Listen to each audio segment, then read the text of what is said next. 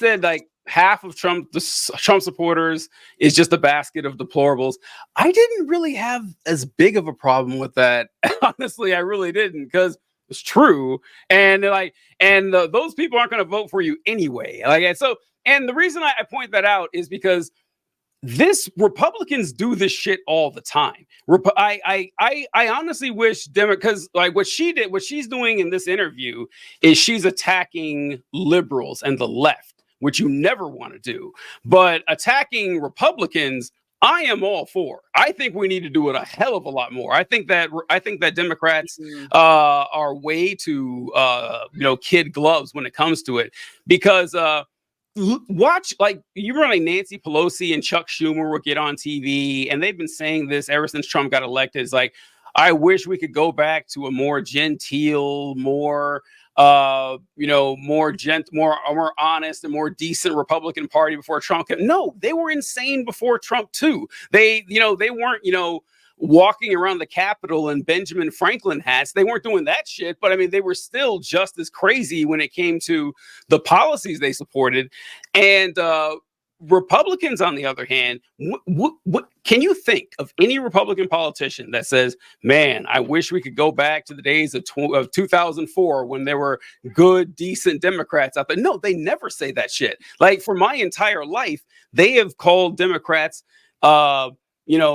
communists in the bad way, fascist in the bad way. Yeah, communists in the way that most Americans think when they hear communists. They think a guy in a beret that's going to order a death squad on your family.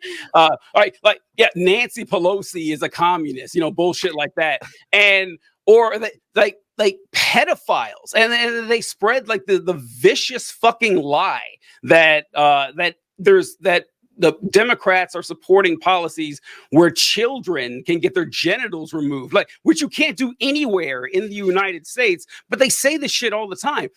Trump is always talking about the radical left Democrats, the Marxist left that are trying to ruin the nuclear family. They pull no punches when it comes to insulting anyone that's, one step to the left of Milton Friedman.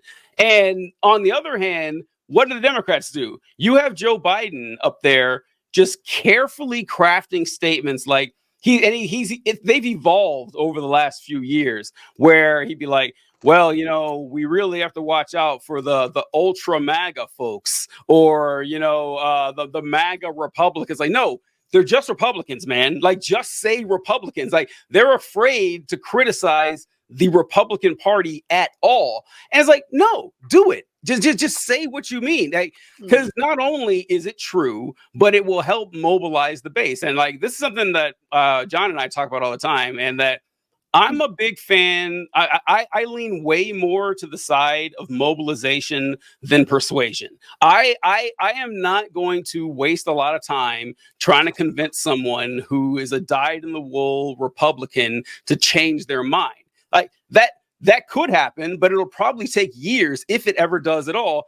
I'm interested in mobilizing people who already agree with me, and, getting them to say, hey, I know that this sucks, and I know you're disillusioned, but if enough of us band together, we can actually get something done and get to work. So yeah, I didn't really have too much problem with the deplorables, because it's at least attacking the other side.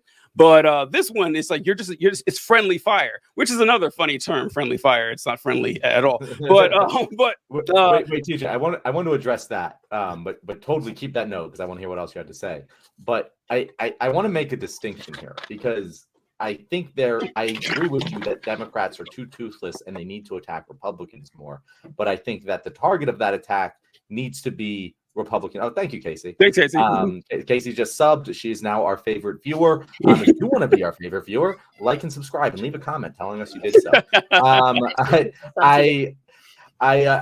think that the problem with the deplorable comment is that she wasn't attacking Republican politicians and policymakers. She was attacking Republicans. She was attacking an 18-year-old who grew up in a Republican family, a staunch Christian conservative family, who, when he's 27, might go progressive, but like, right now he's just kind of a product of his upbringing, and you're calling him deplorable. Like that's wrong. Like to me, it's morally and fundamentally wrong to do that.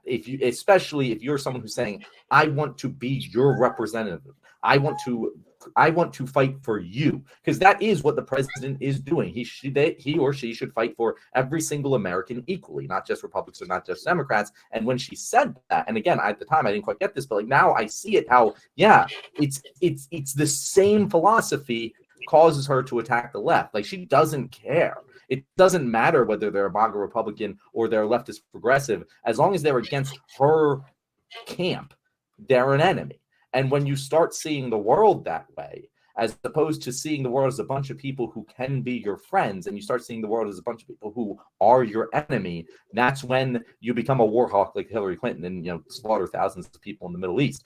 It's all the same philosophy to me. And that's the decision I would disagree with you on. Is I agree they should be way more aggressive at attacking Republican politicians, but attacking just Republican American voters, I don't think is philosophically sound. Or good politics, or it's very bad politics. I don't know. I don't like the shifting of blame to say that the problem with the Republican Party is the Republican politicians. It's not. It's the Republican voters. They get exactly what they asked for. Like the reason that Donald Trump is in office is because the voters like Donald Trump. But they're also told what to ask for by Fox News. By it's not an individual. Like, if you break it down to an individual level and say these individual people are deplorable, I think that's wrong. In the same way, I would say that ACAB is wrong. Not all cops are bastards. Policing is a system of bastards, but individual cops can be very good people. And I think it's the same way when you look at Republicans and, you know, MAGA or whatever. I don't know what the fuck this individual story is and how he got to the point that they are. So I'm not going to call them deplorable just because I know they voted for Donald Trump. Like, who am I to do that? I'm a much more optimistic person. Well, no, so I agree. Because I say this too. I say this too, that our goal should be to be vicious towards, you know, systems, but kind towards people. Like, I do understand that. Mm-hmm. But when I say voters, I'm referring to the block. And so I don't feel that quite that bad about it. I just don't, because but it's like with the cop thing, like the fact that you're a good person and you happen to be a police officer doesn't really matter. I'm still going to say that, you know, the system, but I get what you're saying, that you don't want to go out of your way to insult. Like for example, if I was talking to a person one-on-one, I'm a lot less likely to say you're a piece of garbage than I am if I was addressing, you know, the actual goals of the group in total. Gigi, what do you think about this? Like, me and John just talked for 10 minutes there. But sorry. It's funny, Gigi, we rarely disagree. This is probably our longest. It's true, yeah. So I personally was still a brainwashed Christian during that time. So like, oh wow, my whole mentality during the time didn't have a whole lot going on. But once I sort of saw the way that like Trump support, like the Trump thing started happening. I think this is a story for a lot of people. A lot of people have the same story where it's like, you know, you see your family members get so sucked into this Trump thing. Like, I was not very interested in Trump. Like, he was really misogynistic, like, and I, you know, had a lot of internalized misogyny myself during that time. And I was still like, damn, like, this guy, I don't like him. But so it was very eye-opening to see so many people double down on Trump. And so it's hard because there are good-hearted people who are like in their own strange way and misguided way, they're trying to do like something good, but they're so ill-informed and have all these issues and internalized misogyny and, like, you know, stuff like that. It's a hot mess, really. So yeah, I do agree with like attacking the system, but I feel like so many are so identified with that system that they wrap their identity in it, and it's so hard to detangle all of that and to be like, your beliefs are awful, you know, and you're like, it's a process. You can hold both, though. You can hold for people like, you know, that they are trying to do something good in their own crazy way, but they're also like causing a lot of harm that they don't actually see, or they can't even acknowledge. Like it can't enter their brains. It's like, you know, they're disconnected from what they're doing. It's just what you did, you know, it's just how you voted. That's what you did. And turn off their brains, turn off their, you know. That's why I do think it's a waste of time, because that's where John and I would definitely agree on this, to assess, because a lot of times people ask, like, do you think Republicans or conservatives are like evil? Like, are these people individually evil, or like, you know, are they trying to do the right thing and they're just misguided?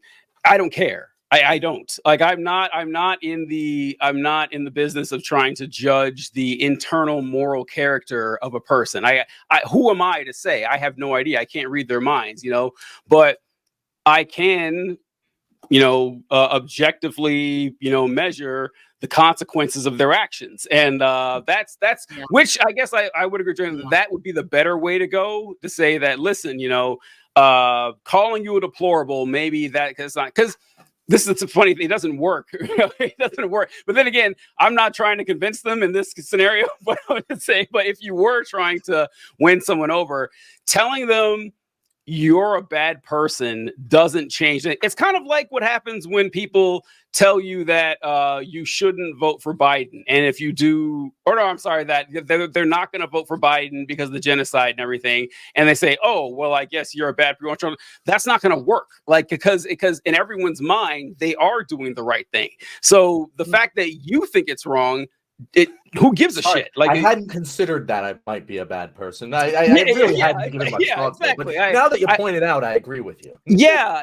it doesn't work at all. And so, like, you can there's a vanishingly small amount of the population who you can like walk through it and say, okay. It's like how Republicans balk at, you know, when you say that they're racists or they're homophobes or whatever. Like, I don't got a racist bone in my body. Or it's like, I'm not a homophobe. I'm not afraid of gay people and shit like that. It's like, look, okay, fine. Like, because their idea of a racist is someone who attends Klan meetings. Anything below that is not racist to them. And so you break down, hey, listen, this policy that you're supporting has a disproportionately high effect on on people in minority groups. It hurts them in this way, and this way. So look, call it racist or not. Like, I don't care what you call it, but the end result is going to harm this particular group of people. That's the problem. And so, like, that usually doesn't work either, because, you know, they lack empathy in a lot of ways. But, you know, it's a more effective way of getting the message across. But I forgot my second point by Hillary Clinton here, but I was getting to. But I was waiting about the poor communication skills, because, like, I've never seen a bigger juxtaposition of good communication skills and bad communication skills than Hillary and Bill Clinton. Because look, like, objectively, Bill Clinton definitely a worse person than Hillary Clinton. Like, as bad as Hillary Clinton is, Bill Clinton is 5 times worse. But, you know, Bill Clinton knows how to talk to people. Like, he knows how to go in a room, and he knows how to schmooze all these folks, and he has people coming up to him like they like him, and he has a personality and charisma, and it never rubbed off on Hillary Clinton. Like, she just I know, it's like she's like in desperate need of a speech coach or something to try to, like, you know, get people on her side. I can't think of anyone else. Like, well, maybe a couple other people I can think who are bad. Ted Cruz is incredibly bad. Like, man, but he might be worse than Hillary Clinton.